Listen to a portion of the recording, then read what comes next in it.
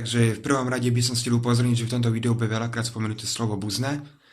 Ja nemám čas na 5-sylabičné slova homosexuál a tieto korektné caciky, hej.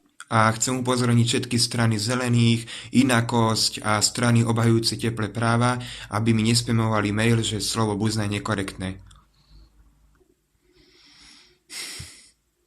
Ide ma originál jebnúť. Mne tak strašne chýbajú buzny. Akože idem po meste, na vlastné oči vidím buznu. A všetci, že ja nejsem gej, ja som heterák. Zlatino, máš takto na ruke prevesenú kabelu Viviane's Food a netvrď mi, že nejsi gej. Keď ja viem, že si. Ja mám nábuzný nos. Akože Kerry heterák nosí kabelu Viviane's Food. Mňa neoklameš. To sa ti nepodarí. Aj keď, teoreticky, David Beckham, aj to kvôli tomu, že mu Vicky pohrozila trestom smrti, ak si ho nedá. Strašne postradám gay komunitu.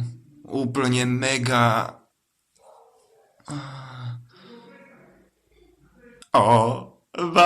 Myself.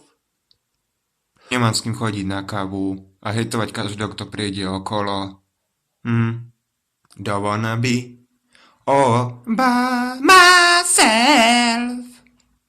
Bez buzien nemám spravené vlasy.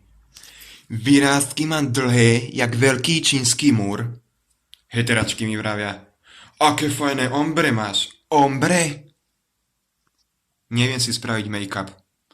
Akože dobre, minule som stretol transku, že ako ma ona ide dobre namalovať. Nič proti transkám. Jedna rada. Nikdy neverte transke, keď vám povie, že vám spraví prirodzený make-up. Vyzerám jak pokrvný brat Martinky z Turca. Akože sú tu aj lesby. Čože? Lesby? Keby som chcel vedieť, v ktorom Lidli majú zľavu na telové podprsenky a teplakové súpravy, tak možno by to bolo fajn, ale ináč Ľudia, dajte zmysel svojmu životu a choďte do Batilieru do Bratislavy na tepláreň. To je najviac popiči akcia.